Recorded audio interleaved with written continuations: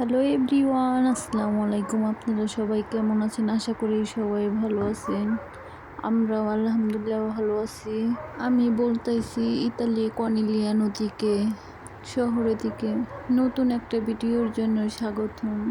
আজকের ভিডিওটা শুরু করলাম সকাল থেকে। দেখেন প্লেন গেতেছে আর কুকুরে কেমন শুরু করছে।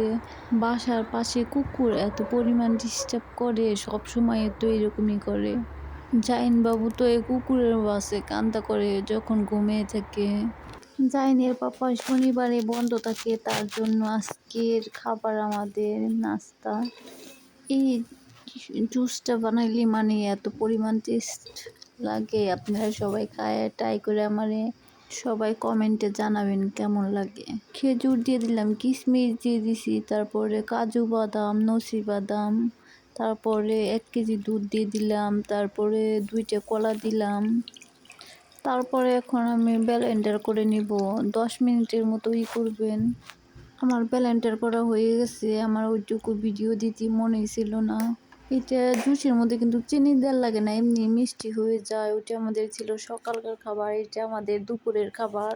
লুটুস জাইনের পাপা যেদিন বাসায় থাকে ওই দিন আমরা ভাত খাই না।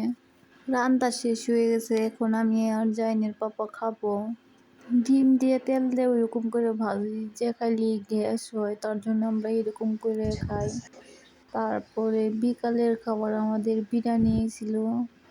আটা সাইনে রাখলাম, তারপরে সবজি ভাজলাম, রুটি কাইটে কাইটে এখন সিঙ্গারা বানিয়ে নিলাম। আজকে আমরা বানাবো সবজির সিঙ্গারা। বাবু কান্দা করলো দেখে, তার জন্য আমি ভালোভাবে বানাইতে পারি নাই।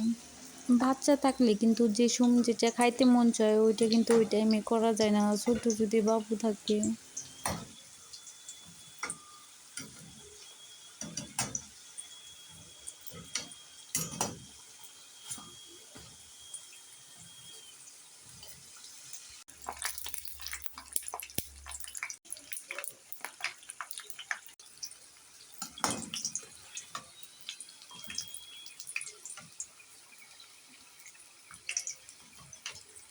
সিঙ্গারাটা বাজা হয়ে গেছে, কিন্তু জাইনের পাপা কাজ করতেছে।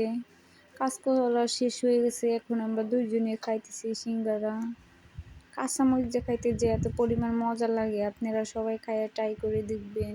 জাইনের পাপার জন্য আরামসে আনলাম, ফ্রিজে থেকে পানি আনলাম, স্প্রাইট আইনা, যেহেতু গরমের দিনে না খাইলে চলেই না। তারপরে জাইনের জন্য সুজি জাল দিলাম,